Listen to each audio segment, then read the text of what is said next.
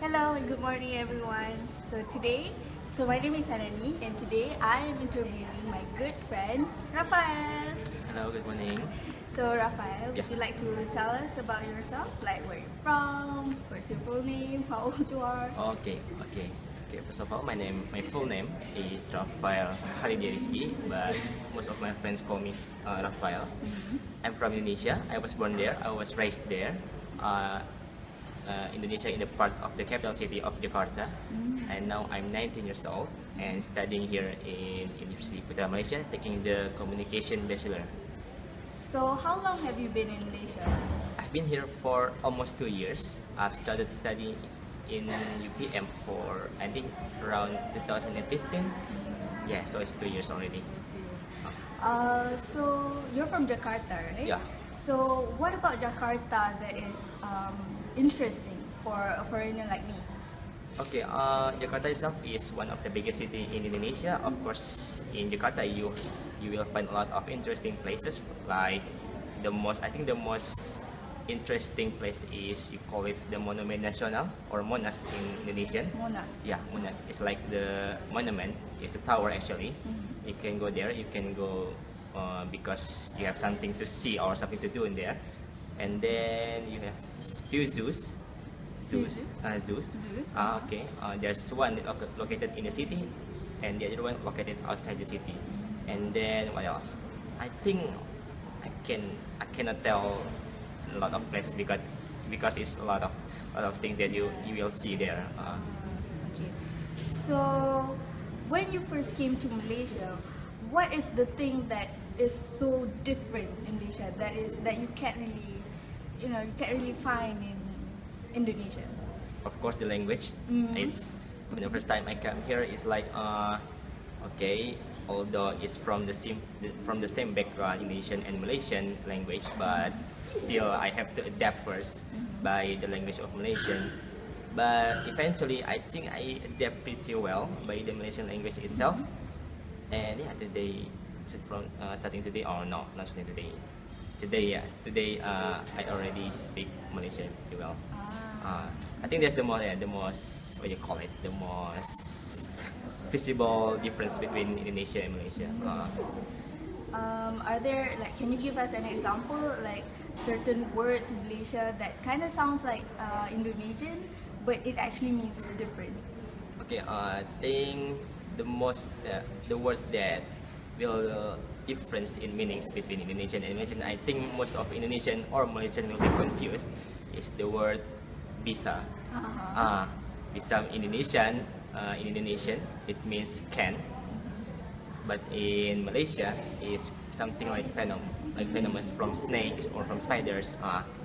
What else? The word kereta. Yeah. Kereta in Malaysia it means car, but in Indonesian it means train. Oh really? Yeah. Oh. So So and then what is car in Indonesia? in Indonesia we call it mobil. Mobile. That's fascinating. Okay, so have you ever traveled anywhere in Malaysia? Yeah.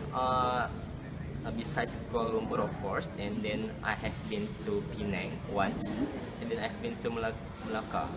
Melaka, I've been there twice. Oh really? Yeah. So what do you think about Malacca? It's very good. There's a lot of interesting and historical place. Actually, we have something like that in Indonesia too. It's the city of Yogyakarta. You have heard about that? Okay. Yeah, it's the same. It has a lot of historical buildings, and the city itself is not so big, so you can just walk around the city without getting tired or whatsoever. Okay, so if I were to travel to Indonesia, where do you suggest that I go and why?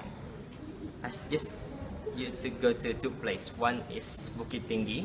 It's located in the island of Sumatra, and the second one is the city of Bandung in the island of Java.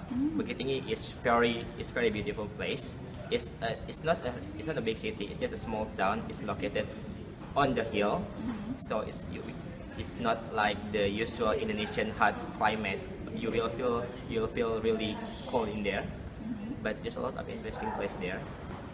Since the city itself is not so big, you can just walk from one part of the city to the other, and then you can see a lot of interesting place like the clock. We call it Jam Gadang. So it's like the Big Ben of Indonesia. Oh. And then you can find the traditional house of the Minangkabau ethnicity, and then there's a lot of interesting landscape as well, like we call it Ngarai, or it's a valley. It's a valley. We call it Ngarai Sianok, and then there's also a lake, 2 lakes in there. That's in Bukit Tinggi, and if you go to Bandung, it's more metropolitan. Of course, it's a big city. The city itself is it's big, and a lot of interesting places in the city, like museums. I think you will find a lot of museums in Bandung, and then a lot of parks. And I think the most interesting part about Bandung is the food. The food is very recommended. You have to try food in Bandung. Okay, so what are the foods in Indonesia that you can't really find in Malaysia? Okay, well, I think Indonesia and Malaysia, there's not really much different, but if I have to say, it's really hard to find in Indonesia is have you heard mie ayam? Mie ayam? Okay, so that's mean Malaysian. No. Okay, mie ayam is like the noodle. It's a noodle, but we cook it differently. So basically, if you cook a noodle, like you just cook noodle, and then I think it's almost the same like a mie goreng, or but I think the difference is in the sauce, or in the what you call it, the toppings or the ingredients is different, and the taste of mie ayam itself is different from the mie in Malaysia, basically. So, Rafael, are you Javanese? I'm half Japanese. I'm half Sundanese. Okay, so like, can you for like a few last words, can you speak in Javanese? My God. Okay, first of all, I don't really understand, but I think the Japanese word that I use most is ojo lalio. Ojo lalio. It means don't forget. Please don't forget. And in Sundanese, I actually speak kind of a lot. Sometimes I speak Sundanese, and in Sundanese, I think I can. What should I speak? Hatur nuhun. Hatur nuhun. That means thank you. Okay. Hatur nuhun, Rafael. Sami-sami. Sami-sami. It's you're welcome.